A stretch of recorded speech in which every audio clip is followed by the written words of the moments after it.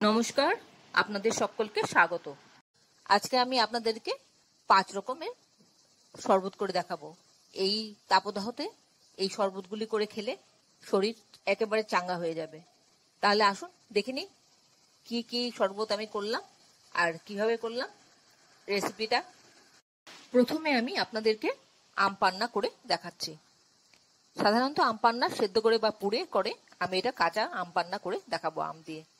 আমি একটা মিক্সিং জারে কিছু আমের টুকরো নিয়ে নিলাম আর কিছু পুদিনা পাতা দিলাম, তার সাথে আইস দিলাম আর চিনি দিলাম স্বাদ মতন, আর একটু বিট নুন আর একটু নর্মাল নুন। নর্মাল নুনটা দিলে খেতে বেশি ভালো লাগে বিট নুনের সাথে, আর একটু শুকনো খোলায় ভাজা জিরে গুঁড়ো।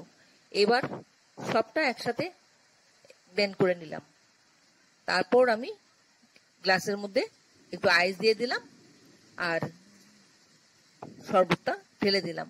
প্রথমে আমি যখন ব্লেন্ড করি অল্প জলে ব্লেন্ড করেছি, পরে আমি খানিকটা জল মিশিয়ে দিয়েছিলাম, সেটা দেখানো হয়নি। আমার একটা ড্রিঙ্ক তৈরি হয়ে গেল। এবার সেকেন্ডটা করছি। তরমুজ কিছু নিয়ে নিলাম টুকরো টুকরো করে, তাতে একটু লেবুর রস দিয়ে দিলাম আর দিলাম চিনি 1 টিস্পুন, একটু 1/4 টিস্পুন নুন বিট নুন আর 1/4 টিস্পুন নর্মাল নুন। তার সাথে ফ্রিজের ঠান্ডা জল দিয়ে দিলাম, দিয়ে ব্লেন্ড করে নিয়ে আসছি।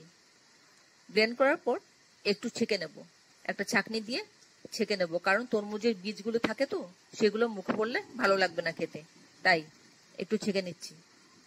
ছেঁকে ভালো করে রসটা পুরো নিংড়ে নিয়ে নিচ্ছি। এইভাবে করলে পরে আর বীজটা থাকবে না, উপরে থেকে যাবে। এবার এই নিচে যে রইল শরবতটা, জলটা, সেটা আমি ঢেলে দিচ্ছি গ্লাসে। এবার উপর থেকে একটু কুচো তরমুজ দিয়ে দিলাম, খেতে বেশ ভালো লাগে তাহলে। আর একটা তরমুজের স্লাইস দিয়ে গার্নিশ করে দিলাম। আশা করি আপনাদের ভালো লেগেছে এই তরমুজের শরবতটা, সামার ড্রিঙ্কস। এবার আমি নেক্সট যাচ্ছি, এবার গুড়ের শরবত করে দেখাবো। মিক্সিং জারে একটু গুড় দিয়ে দিলাম আর একটু লেবু দিলাম। লেবু দিয়ে একটু আইস দিলাম, দিয়ে ফ্রিজের জল দিয়ে দিলাম খানিকটা, দিয়ে মিক্সিটা ঘুরিয়ে নিয়ে আসি, তারপর ঢেলে দিচ্ছি।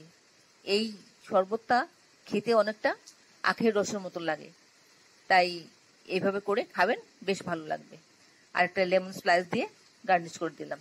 আগে তো বাড়িতে কেউ আসলে এইভাবে গুড় আর জল দেওয়া হতো, সবটা এটা করে নিলাম। এবার মিক্সিং জারে খানিকটা নারকেলের কচি ডাবের শাঁসটা দিলাম। শাঁসটা দিয়ে তাতে একটু চিনি দিলাম আর একটু বিট নুন দিলাম আর একটু নর্মাল নুন দিলাম। তার সাথে আমি 1 টেবিল স্পুন মতো দই দিয়ে দিলাম আর দিলাম আইস। সবটা এবার একসাথে একটু জল দিয়ে দিচ্ছি।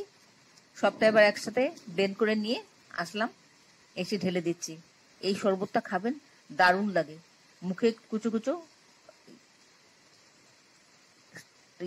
নারকেলের শাঁসটাও পড়বে। নারকেলের শাঁস দিয়ে আমি গার্নিশ করে দিলাম, খুব ভালো লাগবে খেতে। আর নারকেল তো ইটসেলফ ঠান্ডা, তাই। এবার আরেকটা দেখাচ্ছি, এবার লেমন করে দেখাচ্ছি। মিক্সিং গ্রাইন্ডারে লেবুর রস দিলাম, এবার পুদিনা পাতা দিলাম আর দিলাম চিনি 1 চা চামচ, একটু বিট নুন আর একটু নুন। এসব জিনিস সব বাড়িতে থাকে, হাতের কাছে জিনিস, যখন তখন যেভাবে এইভাবে করে নিতে পারবেন। একটু জল দিয়ে দিলাম, দিয়ে ব্লেন্ড করে নিয়ে আসলাম। আপনি চাইলে এর সাথে একটু ধনেপাতাও দিতে পারেন।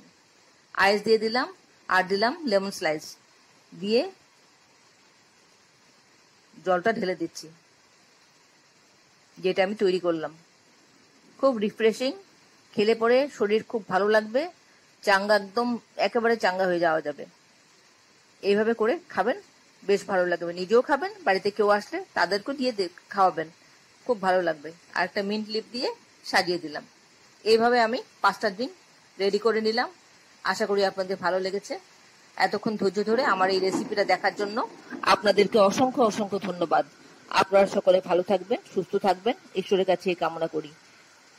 আর এই ধরনের নতুন নতুন রেসিপি দেখতে আমার চ্যানেলটাকে সাবস্ক্রাইব করে নেবেন। পাশে বেল আইকনটা অ্যাক্টিভেট করে নেবেন, যাতে পরবর্তী আমার সমস্ত রেসিপির নোটিফিকেশন সবার আগে আপনার কাছে এসে পৌঁছয়।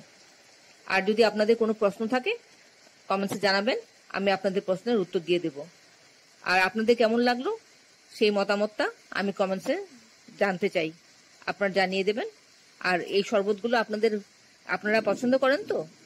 আর কি কি শরবত আপনারা দেখতে চান বলবেন, আমি জানিয়ে দেব। তাহলে ভিডিওটা আজকে এখানে শেষ করছি, আবার দেখা হবে আপনাদের সাথে অন্য কোনো এক ভিডিওতে। তাহলে আসি বন্ধু, নমস্কার।